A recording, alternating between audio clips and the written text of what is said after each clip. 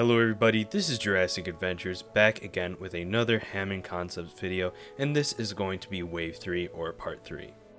If you guys did not see my previous Hammond concepts videos and you're not quite sure what Hammond concepts is, it's basically just Photoshop edits of, Hammond collection figures that could come in the future, and my takes on them and, making them as accurate and good looking as possible. And then obviously, since all of these are concepts, please do not share without context because that could spread misinformation, and that's not a good thing to do. Now, starting off with our first concept, we have the gigantosaurus from Jurassic World Dominion.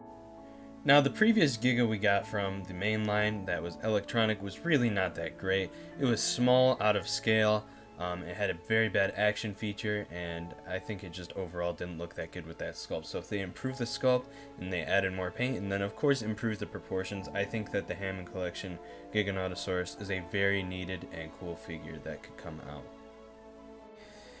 Next we have Allosaurus, and the damaged Allosaurus that we got that was bigger was really not too bad, but the more I looked at the sculpt, the more I realized how inaccurate it was compared to the Battle at Big Rock / Jurassic World Dominion Allosaurus, and I think that Mattel can greatly improve that. And also just fixing some of those proportions and, making it a bigger figure, this would be in that larger figure assortment as well, could really benefit this one for sure.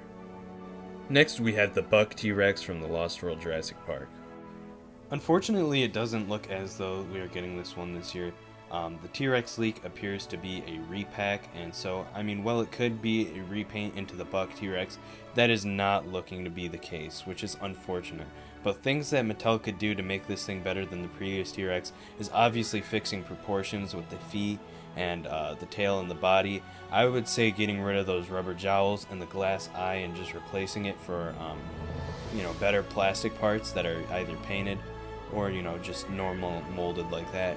And then giving it a nice paint job as well that's pretty simplistic and just captures the look of the buck can go a long way to making this thing better. Next we have another dinosaur from Dominion, and that is going to be the Carnotaurus in the sort of demon color scheme. I really do like this one in Dominion, and this is basically just a repaint and giving it that broken horn of my other Carnotaurus concept that I did, but I think this one would actually be a really solid figure. And if they're going to do sort of a retool repaint like that, I think we should get variants like this of those animals. But another larger figure I would really like to see.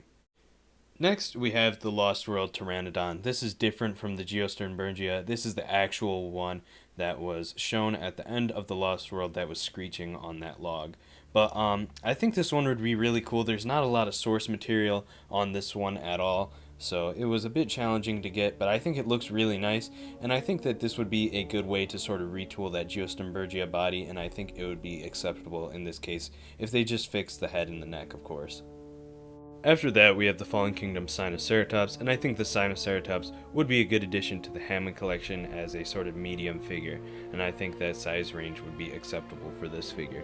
Fixing the nose horn was probably the biggest tweak I had to do, but otherwise the sculpt's pretty good except for some of those texture things, because this thing does have a bit more of a smooth texture instead of the bumpy one. But I think if they gave it nice mouth articulation and a good color scheme, that this one would be fine. And then lastly, we had the Hammond from Jurassic Park the game.